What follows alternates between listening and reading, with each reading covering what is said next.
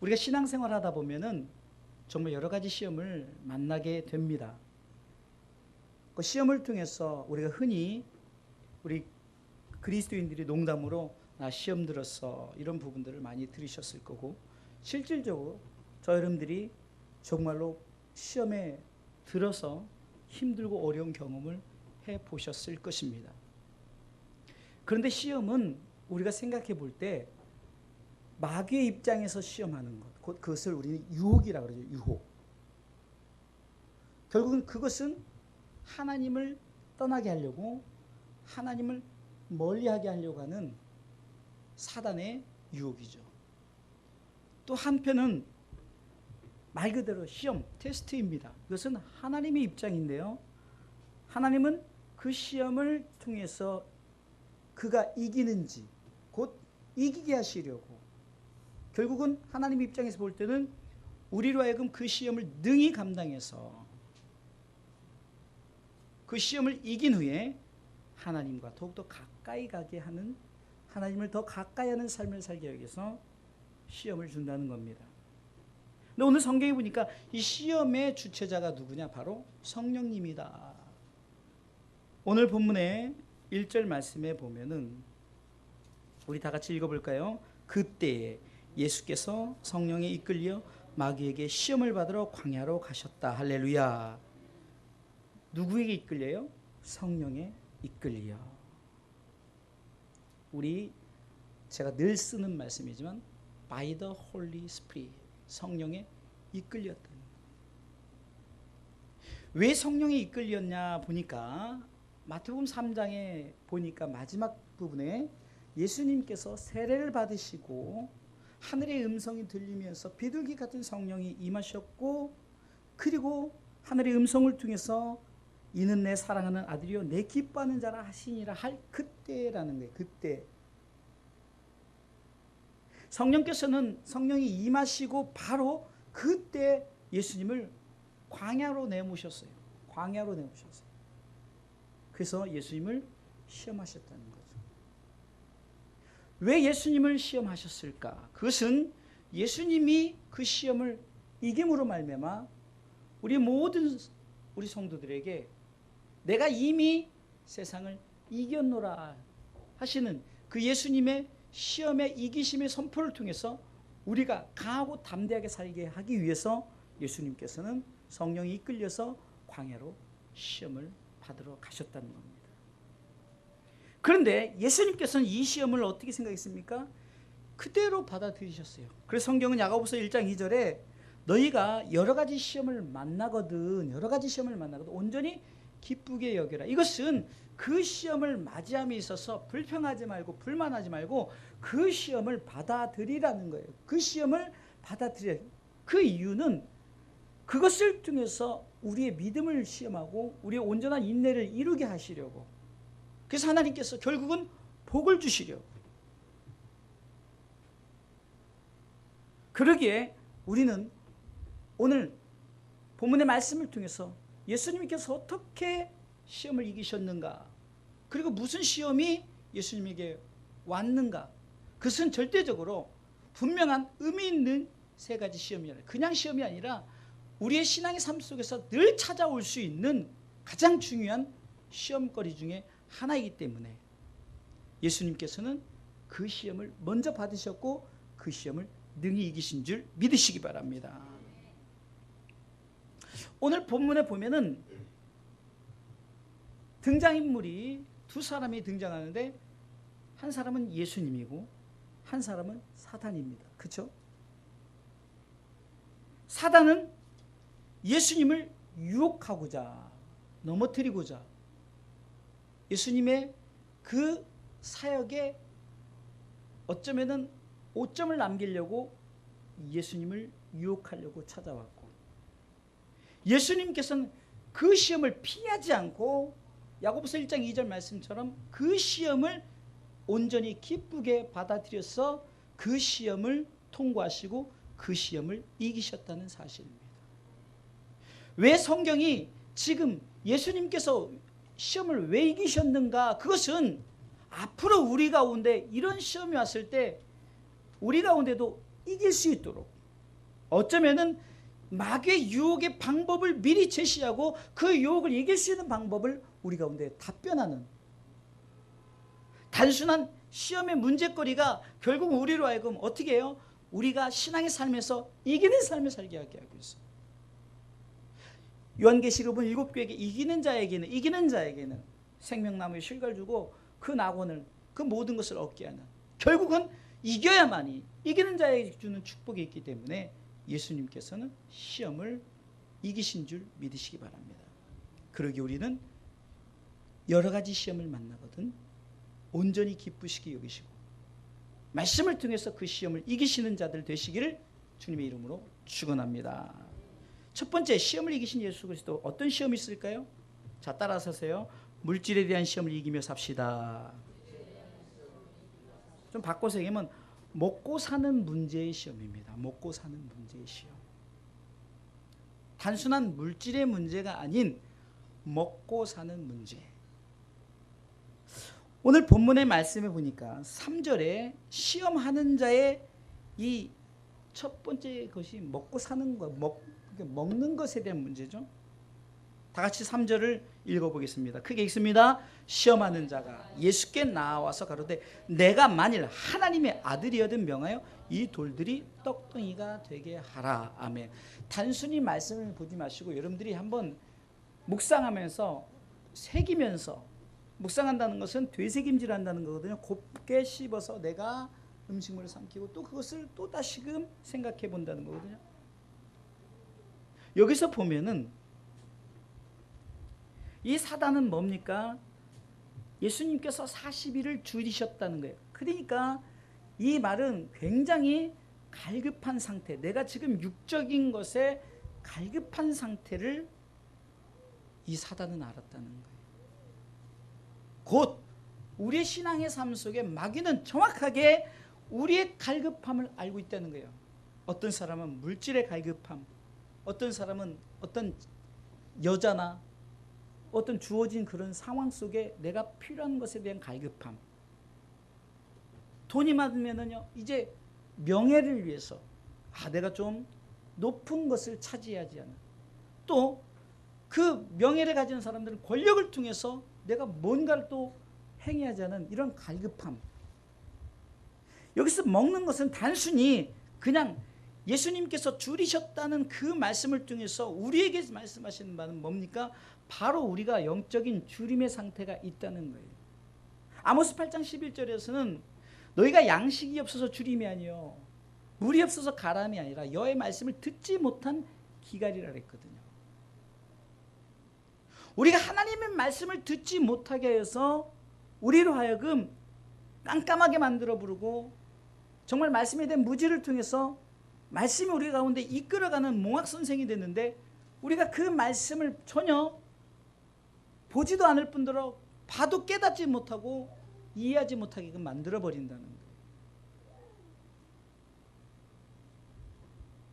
육적인 것을 추구케 하는 이 마귀의 시험. 바로 여러분들의 신앙의 삶 가운데 이것이 없습니까? 없다면 거짓말이죠. 정말로 우리 가운데 이 물질, 명예, 권력, 청년기 때는 그 왕성한 어떻게 보면 성적인 욕심, 욕구, 장년기 때는 뭔가 물질적인 욕심, 나이가 들면 들수록 뭡니까? 명예, 뭔가 내가 뭘 해서, 그리고 권력을 차지하려는 그런 욕심. 그런데 이 모든 것이 세상 것이다.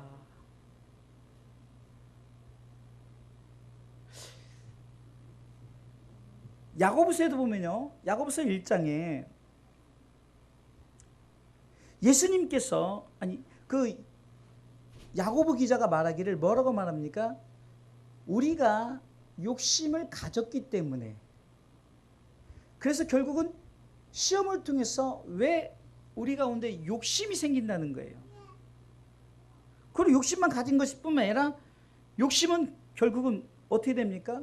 죄를 낳게 되고 죄가 점점점 우리 속에 자라서 결국은 죽게 된다는 얘기죠.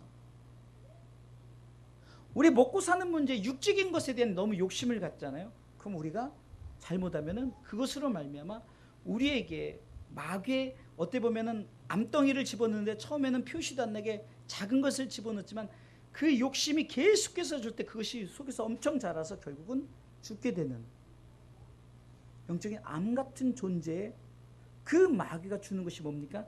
욕심이라는 거예요. 욕심. 그래서 요한일서 2장 15절로 17절에는 육신의 정욕, 안목의 정욕, 이생의 자랑, 대표적으로 얘기하면서 이 모든 것은 세상으로부터 쫓아왔다라고 말합니다. 세상으로부터 왔다. 성경 분명히 말하고 있습니다. 세상으로부터 온 이것들,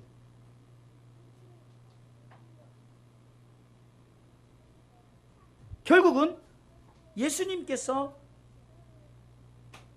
이 땅에 오셨을 때는 어차피 이 세상을 살려고 오셨어요. 짧은 생애 33년간의 생애지만 어찌됐든 간에 33년의 생애를 사시려고 오셨단 말이죠. 그런데 마귀가 제일 먼저 유혹하는 것이 바로 세상에 관한 것들. 내가 지금 줄여 있는 상태. 이것은 내 속에 지금 뭔가 필요한, 먹는 것에 대한 필요함을 얘기했지만 여기 속에서는 다 모든 것이 우리의 신앙의 삶 속에 정말로 필요한 모든 것들, 아니 욕심을 가진 것들. 내가 지금 하나를 가지면은 다섯을 가진 자들이 부럽고 다섯을 가진 자면 열을 가진 자들이 부럽기 시작합니다.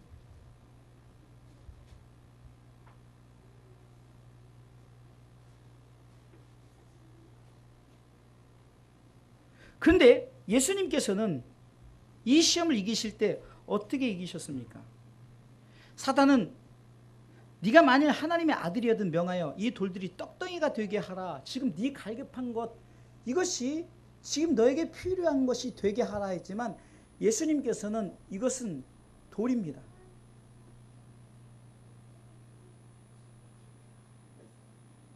아무리 이 돌이 바뀌어서 떡이 된들,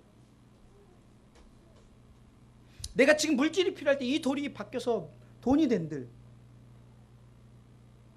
예수님께서는 중요 핵심에 대한, 그러니까 이 마귀의 이 시험에 대해서 중요 핵심에 대한 것을 답을 하셨는데, 사람이 떡으로만 살 것이 아니요 라는 말씀을 합니다. 떡으로만 살 것이 아니요.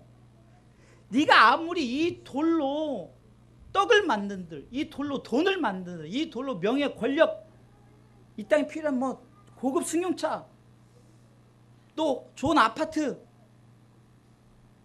흔히 말하는 네가 보여지는 것, 잘 되는 것으로 사는 것이 아니라, 여기서 사람이란 것은 하나님께서 만든 사람의 어떤 본질을 말하는 거예요.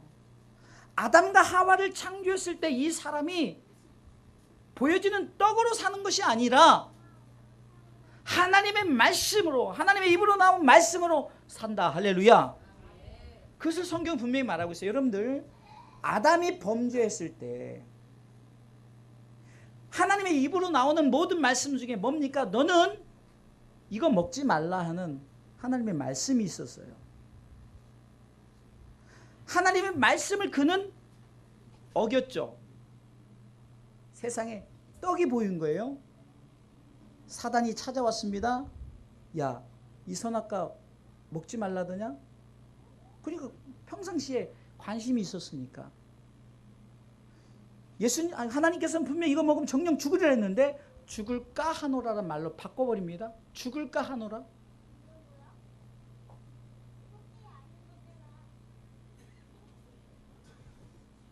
결국은 하나님의 입으로 나오는 말씀을 스스로 어겨버리는 거죠. 그 말씀으로 너는 사는데 그 말씀을 어기니까 되니까 죽게 된다는 거예요.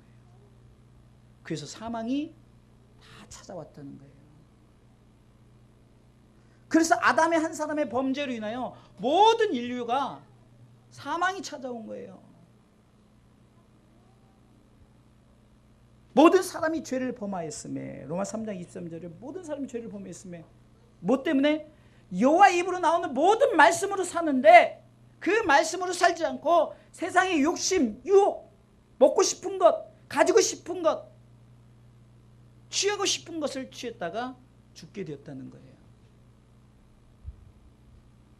이 말은 우리가 사는 방법, 우리가 늘 살아갈 수 있는 방법, 살아날 수 있는 방법은 말씀으로 산다는 거예요. 말씀으로. 가끔 우리 이럽니다. 말씀을 지키지 못할 때가 있어요. 당연히 그렇죠. 어떻게 그 많은 계명을 다 지킬 수 있겠냐고요.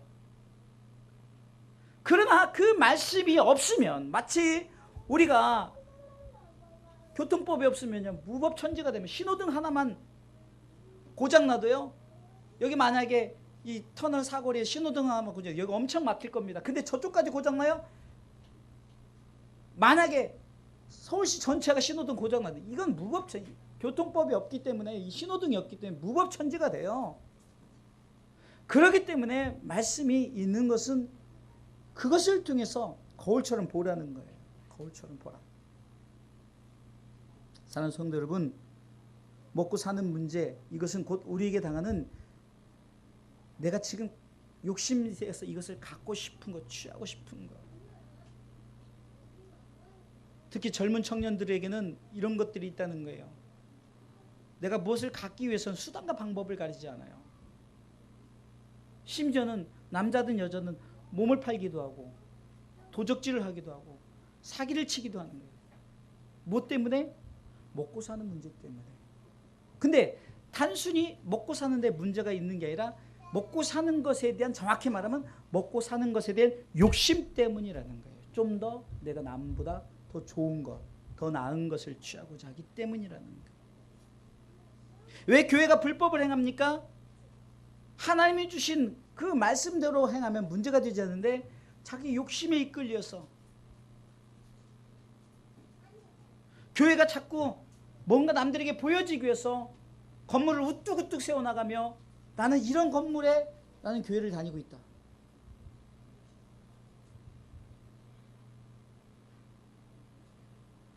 목회자가 어떤 기적과 이적을 한번 행하면 우쭐우쭐대면서 이것이 내가 했다는 것처럼 하지만 말씀은 그렇게 하지 않다는 거예요. 이연령 비연령이라고 말씀을 귀에 걸고 코에 걸면은 걸려져요. 그러나 자기 마음대로 귀에 걸었다 코에 걸었다는 것이 아니라는 거예요. 제가 수년 전에 우리 아이들과 저쪽 신림동인가 대림동 쪽에 한 교회, 큰 교회, 그 금요철에 집회를 갔어요. 근데 이제 집회 전에 식사를 대접해서 식당에서 우리 같이 갔던 멤버들, 우리 그 멤버들과 식사를 하는데 이쪽에 이제 천주교신자들이 단체로 와서 있더라고요. 그런데 동동주나 뭐 이런 거 되는 것 같아요. 그거를 쭉 돌리면서 신부가 딱 잔을 들더만 가만히나 있으면 모를까. 고린도전서 10장 31절에 무엇을 먹든지 마시든지 하나님의 영광을 위해서 하라 해가지고, 자 우리 그러니까 이것을 하나님의 영광에 마십시다 해서 건배하는 거예요. 이게 이연령 비연령이에요. 코에 걸면 코 걸고 귀에 걸면 귀 걸어요. 말씀은 그렇지 않다는 거예요. 내가 잘못하면 그것을 인정해야 되는 것이지, 그것을 합당화시키고 합리화시켜서 말씀이 말씀되지 못하면 그 말씀에 능력이 없는 거예요. 두 번째, 그 시험에 대한 부분에서 그것을 얘기합니다. 두 번째, 시험을 이기신 예수 그리스도는 교만에 대한 시험을 이겼다는 거예요. 자, 따라 쓰세요. 교만에 대한 시험을 이기며 삽시다. 이것은 한마디로 우리가 좀 약간 영웅적인 삶, 내가 뭔가 세상 사람들의 뭔가 내가 정말 특별하다. 그런데 이 특별함이 하나님의 영광을 위한 특별한 삶이면 괜찮아요. 진정한 영웅은 예수 그리스도십니다. 왜요? 정말 특별한 삶을 사셨어요. 온 인류의 죄를 대신 지시고자 이 땅에 오셨고, 그분은 말없이 끝까지 죽기까지 복종하며 십자가를 지셨어요. 예수님께서는 진정한 영웅이 무엇인가를 말하고 있는데, 마귀는 예수님에게 이렇게 시험을 겁니다. 다 같이 한번 읽어보겠습니다. 마태복음 4장 5절 6절이 읽습니다. 이에 마귀가 예수를 거룩한 성으로 데려다가 성전 꼭대기에 세우고 가로되 내가 만일 하나님의 아들이거든 뛰어내리라 기록하였으되 저가 너를 위하여 그 사자들 명하시니니 저희가 손으로 너를 받들어 발이 돌이 부딪히지 않게 하리로다 하였느니라. 아멘. 자 보세요. 여기서 마귀가 금방 제가 말씀드릴 때는 말씀을 가지고 예수님에게 시험을 하는데 이연령 비연령 그 얘기를 했죠. 코에 걸고 귀에 걸고 자기 멋대로 걸기 시작합니다. 말씀을 딱 얘기하는데 시편 91편에 기록된 11절 12절에 기록된 말씀을 가지고 탁 나왔어요. 그러면서 네가 뛰어내리면 천사가 받들지 않니? 그러면 많은 사람이 봤을 때 야, 저 높은 곳에 뛰어내렸는데 이렇게 천사가 받드는구나 하면서 너를 위대하다고 보지 않겠느냐. 근데 우리가 가만히 보면은 말씀이 그렇게 하려니까 그렇게 하면 되겠네. 여러분 맹목적 지난번에 제가 지난주에 아멘하며 순종하며 삽시다 얘기할 때 맹목적인 순종, 목적이 없는 순종, 하나님의 영광을 위해 분명한 믿음에 대한 순종이 필요하다고 그랬죠. 이단 교주가 또 잘못된 말씀이 아닌 것들로 가져와가지고 말씀하고 섞어가지고 코에 걸고 귀에 걸면서 얘기했을 때 아멘하면 안 된다는 거예요. 지금 예수님이 이 말씀 앞에 아멘하지 않았다는 거예요. 왜? 그것은 말씀을 가지고 장난치는 거예요. 비아냥거리는 거죠. 내가 이 부분에서 늘 말씀드리지만 말씀이 누구시죠? 요한복음 1절에 말씀은 예수 그리스도예요. 예수 그리스도는 하나님이시라고 분명히 말씀하십니다. 만약에 여러분들이 돈과 권력과 명예를 가진 자예요. 근데 조금 있다고 하는 사람이 만약에 여러분들을 그러니까 내가 가진 것에 대한 것을 모르고 야 내가 이거 있는데 너 이거 줄 테니까 한번 뛰어내려봐. 그리고 받들어. 그러니까 너를 도와줄 사람이 있지 않겠냐 이렇게 했을 때 내가 다 가진 자란 말이에요. 무엇이 부족해서 뛰어내리겠냐고요. 아마 여러분들은 그렇게 말을 한 사람을 속으로 야, 참 너는 내가 누군지를 모르는구나. 예수님 말씀이란 말이에요. 예수님 앞에서 말장난을 걸은 거예요. 성경은 기록된 하나님의 말씀인데 이 말씀은 누구라고요? 예수 그리스도라는 거예요. 충분히 성경은 분명히 예수님이 뛰어내려도 천사가 받들 수도 있고 안 받들 수도 있어요. 그런데 성경에서 이러니까 네가 받들어 봐라. 성경에서 이러니까 이렇게 하라. 여러분들 자 보세요. 내가 그냥 말씀이 이렇게 하니까 그냥 순종하고 내가 그 말씀을 믿고 말씀이 내게 요구하는 것을 확실히 알고 순종하는 건 다르다는 거예요. 여러분들이 교회 11조를 하죠? 그냥 11조는 하는 거야 이거 아니라 11조가 여러분들이 신앙이 되어버리십시오. 그러면요 이 11조에 대한 그 열정, 저는요 첫 직장을 통해서 하나님 앞에 헌금을 하고 싶어가지고 첫 봉금을 드리고 싶고 또 11조를 드리고 싶어가지고 정말 그것을 얼마나 기대하고 했는지 몰라요. 그거 막 마지 못해서 억지로 11조든 감사든 여러분들이 섬김과 헌신이든 말씀이 하라고 하니까 하는 것이 아니라 그 말씀에 내가 분명한 확신을 갖고 내가 마땅히 해야 될 일이기 때문에 하는 거하고 내가 정말 하나님 앞에 감사하면서 정말 내게 주어진 그 구원의 감격에 하는 거하고 다르다는 거죠. 이것이 진정한 말씀이 말씀되게 하는 그리스도의 능력이라는 거예요. 마귀가 하나님의 말씀을 가지고 왔어요. 그럼 여러분들 성경 속에 기록된 말씀들, 여러분들 지금 보여지는 이 속에 있는 말씀들은 말씀 같지만 그러나 글이에요. 글. 그렇죠?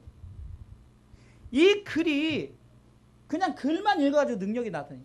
이 글이 육신이 되어서 이 땅에 오신 예수 그리스도고 그분의 능력이 있을 때 이것이 레마, 살아있는 말씀인 줄 믿으시기 바랍니다.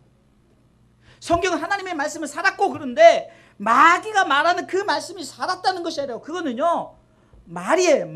말장난. 자기 마음대로 해석하는 것.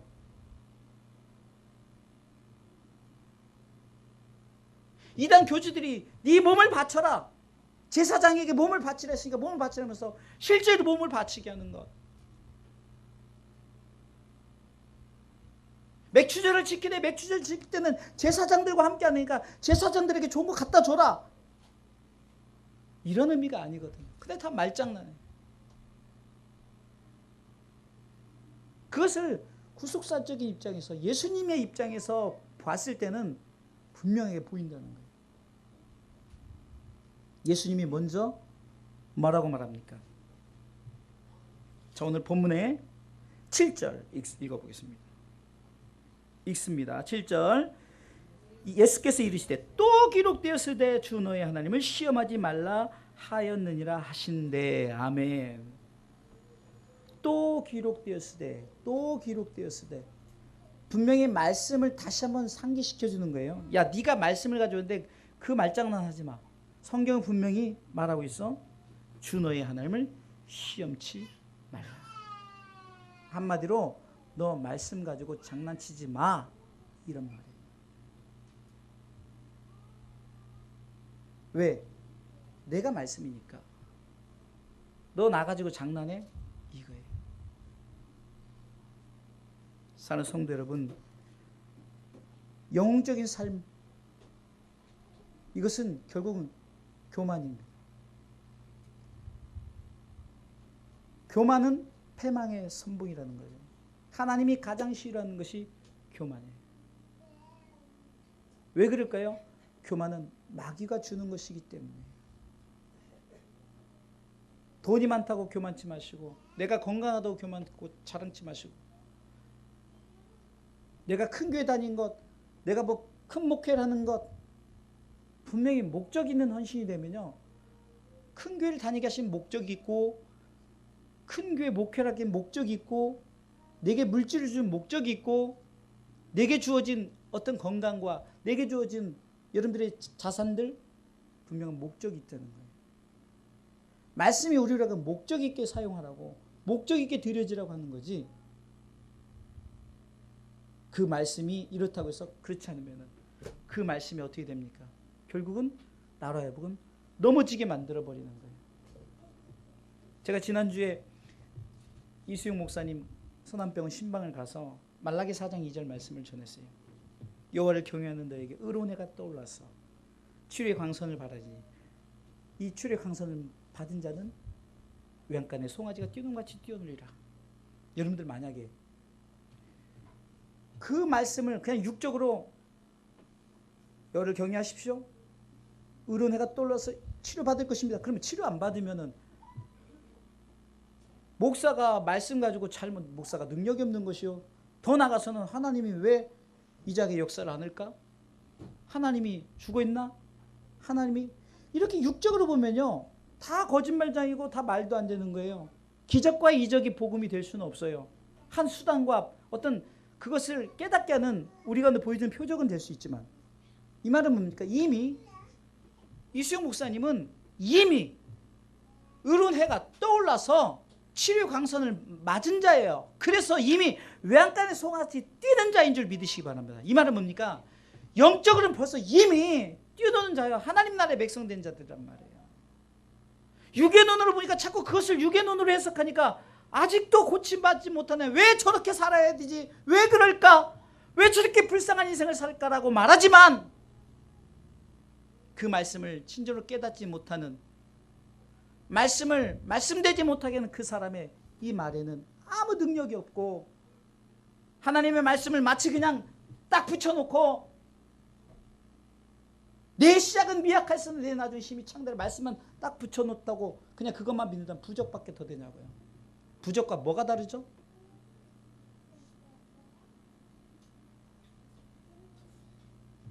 우리 선조들이 그냥 부적은 아닌데 부적처럼 차고 다니는 게 복주머니예요. 그죠? 복. 숟가락에도 복, 젓가락에도 복, 색동저고리 뭐 할 때 복, 주머니도 복주머니 복복복. 그렇다고 복을 받는 게 아니에요. 진짜 복은 예수 그리스도이십니다. 할렐루야. 복음이 들어오니까 이 나라가 복을 받았어요. 복음이 들어간 나라는 다 복을 받고, 복음을 점점 받아들이지 않고 그것을 자꾸 이제 복음을 멀리하는 나라는 강성했다고 점점 쇠약해지는 거예요. 필리핀이 그랬습니다. 대한민국도 여러분들 아시죠? 지금 어떻게 되어져 가고 있는 거예요. 그렇습니다. 우리에게 주는 이 두 번째 시험, 진정한 말씀의 복이 무엇인가를, 말씀이 우리에게 요구하시는 것이 무엇인가를, 하나님 내게 주신 것에 대한 자부심을 가지세요. 내게 가진 것. 베드로는 사도행전 3장 6절 내게 있는 것을 줬다는 거예요. 내게 있는 것. 베드로는 아무것도 없었어요. 그러나 내 안에 예수를 줬어요. 꼭 예수만을 말하는 거 아니에요. 여러분들, 예수를 가진 자는, 내 마음속에 예수를 품은 자가 10,000원을 가졌으면 10,000원을 가지고 드리는 거고요. 헌신하는 거고요. 10억을 가지면 10억을 가지고 헌신할 수 있는 거예요. 10,000원의 헌신이나 10억의 헌신은 하나님 보시기에는 예수의 이름으로 네 가진 것으로 헌신했으니, 내 가진 것으로 복음을 썼으니, 1달란트 받은 자, 2달란트 받은 자, 10만 원 받은 자, 100억 받은 자, 어떻게 썼느냐에 따라 달라진다. 어떻게 내가 그것을 활용했느냐. 사랑하는 성도 여러분, 하나님의 말씀이 말씀되게 할 수 있는 것은, 우리가 말씀의 능력을 붙들고 말씀의 능력이 나타날 때 말씀을 그냥 단순한 글로 보지 마시고 진정으로 우리가 하시고자 하는 말씀이 무엇인가를 바라보면서 그 시험을 이기며 살아가시길 주님의 이름으로 축원합니다. 세 번째는 예배에 대한 시험입니다. 예배에 대한 시험. 예배라는 것은 단순히 우리가 이렇게 예배 드리는 이 예배, 이것은 일부일 건, 예배는 섬기다, 서비스, 워십, 경배하다, 이런 뜻이거든요. 사단이 이렇게 묻습니다. 마태복음 4장에 8절 읽습니다. 8절 9절 읽습니다. 마귀가 또 그를 데리고 지극히 높은 산으로 가서 천하만국과 그 영광을 보여 가로되 만일 내게 엎드려 경배하면 이 모든 것을 내게 주리라. 자, 경배에 대한 문제, 예배에 대한, 네가 만약에 내가 이 많은 것을, 참 또 예수님 앞에 그런, 여기서 분명히 마귀는 알면서도 모른 체 하는 거예요. 무슨 말이냐면 예배 대상자는 하나님이라는 걸 알아요. 왜? 마귀도 피조물이기 때문에. 창조주 앞에서 피조물이 창조주에게 나한테 예배해. 그럼 내가 줄게. 예수님은 속으로 이랬을 거야. 야, 내가 지금 싹 쓸어버리고 다시 우주 만물을 만들 수 있는 능력이 있어. 근데 그 말씀을 하지 않았어요. 예배의 대상이 누구인가를 분명히 가르쳐줬어요. 마귀에게. 자, 오늘 본문에 10절 말씀 읽어보겠습니다. 읽습니다. 이에 예수께서 말씀하시되 사단아 물러가라. 기록되었으되 주 너의 하나님께 경배하고 다만 그를 섬기라 하여. 이것이 경배하고 그를 섬긴다. 이것이 워십, 서비스. 이게 무슨 말이냐? 예배예요. 예배. 예배. 예배의 대상이 누구인가를 분명히 가르쳐주는 거예요. 너도 피조물이야. 너도 예배를 드려야 되는, 예배의 대상자는 하나님인데 지금 네가, 한마디로 하면 너도 나한테 예배해야 돼. 이건 예수님께서는 그 말씀을 하시잖아요. 야, 내가 하나님인데 네가 무슨 까봐, 이런 게 아니라 분명한 예배의 대상이 무엇인지를 가르쳐주는 거예요.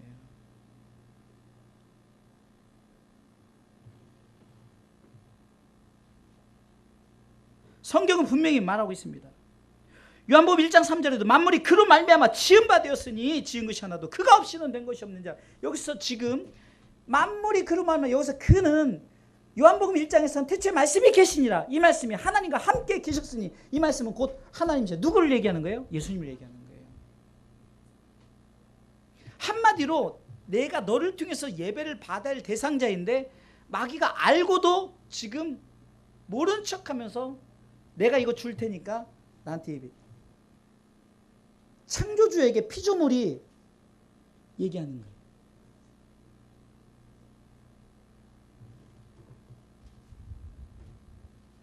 요즘에 SF 영화, 이런 영화들을 보면은 대부분이 뭐니까 인간이 만든 그러니까 그 어떤 그 사이버 인간이라든가 뭘 이렇게 뭘 생물체를 만들었는데 그것이 결국은 그 만든 자들을 정복해 나가고 뭐 이런 것들.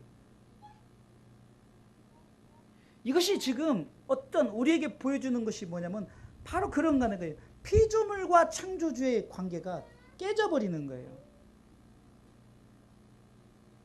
한마디로 여러분들에게 지금 예배 대상자들을 자꾸 헷갈리게 만드는 거예요. 건물을 보고 예배합니까? 사람을 보고 예배합니까? 제가 만약에 조금 뭐 화상을 입어서 얼굴이 이상하게 되고 아니면 제가 좀 말이 어눌해서 그냥 어버버 한다면 여러분들 아이고 주사랑 교회는 참 목사가 저러니까 저런 교회 다니서는 안 돼. 충분히 이럴 수 있다는 거예요. 여러분들 잘 아는 우리가 주일 오후 예배 때 공평하신 하나님이 이 송명의 시인이거든요. 뇌성마비예요. 말 한마디 할 때 못 알아들어요. 이래요. 근데 그의 영은 깨끗하고 아주 순진하고 순전해요. 그 이름 여러 가지 정말 엄청난 그 곡을 작사를 했어요. 그 곡에 최덕신 씨가 갖다 붙여서 아주 전 세계 히트를 쳤는데 여러분 예배의 대상 뭔가 우리가 예배를 드림에 있어서 건물을 봅니까? 어떤 사람의 인물을 봅니까? 사람의 어떤 그 스펙을 봅니까? 많은 사람들이 스펙에 넘어가요. 야, 저 사람은 무슨 박박사에 미국 플로리다주에 뭐예요. 여러분들 다 솔직히 제가 목회를 보니까 그거 다 돈 주고 사는 거예요. 물론 제대로 공부한 사람. 근데 돈 주고 사거든 뭐 제대로 공부하든 그게 스펙이 문제가 아니라 정말 말씀을 가지고 설교를 하는가. 네? 바로 지금 예수님이 말씀하시는 게 그래요. 바로 그겁니다. 예배에 대한 우리가 정말 예배 대상이 누군지 예배를 누구에게 드리는지 아무리 여기서 기적과 이적을 베풀어도 그 기적과 이적이 누구로부터 오고 그것을 통해서 결국은 여기서 말하는 기적과 이적을 베푼 사람이 누구의 영광을 돌려야 되냐는 거예요. 지난주에 나왔던 큰 교회 그 목사도 결국 뭡니까? 막 귀신 막 쫓아내고 저는 이상해요. 막 어떻게 두두두 건드리지 않는데 넘어가요. 그런 능력이 무슨 복음과 무슨 상관이겠어요? 근데 이단의 특징들은 다 그래요. 막 그런 것들. 뭐 천사가 내려온 여러분 천사는 성경에서 분명히 말합니다. 우리 수종 두는 자들이에요. 히브리서 1장 14절에. 수종 두는 자들인데 무슨 천사가 나타난 게 뭐 별겁니까? 근데 우리는 자꾸 예배에 그런 것들로 자꾸 넘어진다니까요. 그걸 자꾸 흔들려요. 야 정말로 예배가 무슨 쇼맨십이 되고 예배가 뭐가 뭐 그렇게 되고.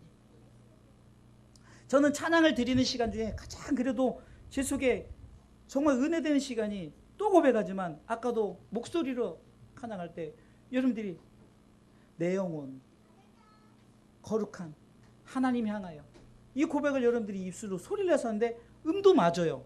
우리 어르신들이 음도 맞고 찰버려요. 미안하지만 오히려 젊은이들이 더 안 불러요. 찬양을 30분 동안 진짜 입 뻥끗 안 하는 사람도 있어요. 예배 대상이 무엇이며 내가 왜 예배를 드리며 내가 왜 무엇을 해야 되며 내가 왜 분명한 목적이 있어야 되는 거예요. 왜 헌금을 해야 되며 왜 반주를 해야 되며 왜 내가 설교를 해야 되며 왜 내가 음식을 해야 되고 내가 왜 차량을 봉사하고 왜 이게 목적이 예배에 대한 분명한 목적이 왜 나만 해야지 왜 나만 이것이 아니라 입장 바꿔놓고 생각하면 다 하나님께서 달란트를 준 그대로 너는 나를 섬겨라. 중요한 것은 이겁니다. 사탄아 물러가라 이 말이 중요한 거예요. 네가 지금 창조주처럼 지금 흉내내는 것 물러가라.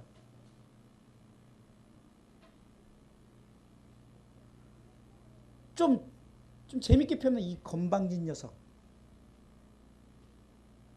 네가 지금 피조물이 어찌 창조주 앞에서 어찌 그따위 말을 해. 좀 제가 재밌게 표현한 이거예요. 사랑하는 성도 여러분, 우리가 왜 예배해야 되는지. 예배에 대한 시험이 없는 것 같죠? 있다니까요. 가끔 나는 교회 필요 없어. 나는 교회 헌금도 안 하고 이런 분들이 있어요. 여러분들 제가 전에 교회에서 그런 표현을 했어요. 저쪽 교회 있을 때 만약에 여러분들이 헌금을 해서 교회 운영된다는 것 자체도 교만입니다라고 얘기를 했어요. 그 말이 뭡니까?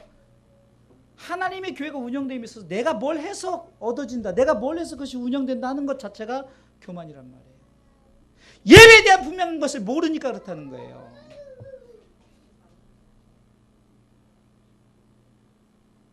사랑하는 성도 여러분, 우리가 예배가 무엇인지, 예배를 왜 드려야 되는지, 이것이 우리로 하여금 여러분 시험케 만들거든.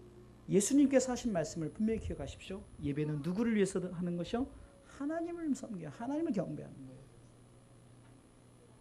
건물을 보고 뭐 스펙을 보고 뭘 보고 하는 것이 아니라는 거예요. 저는 우리 교회 자랑을 할 때 꼭 이렇게 자랑합니다. 우리 교회는 큰 교회 축소판입니다. 없는 게 없습니다. 다 있습니다.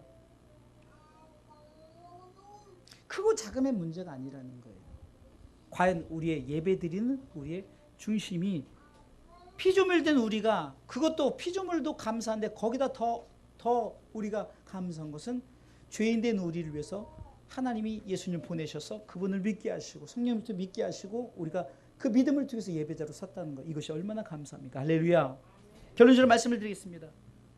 자, 그렇다면은 예수님께서 시험을 이기셨습니다. 시험을 이기는 방법에 대해서 얘기하겠습니다. 시험을 이기는 방법은 하나님께만 집중하십시오. 무슨 말이냐면 말씀에만 집중하십시오. 삼위일체 하나님, 성부, 성자, 성령 하나님께만 집중하십시오. 한 예화를 드립니다. 어떤 임금이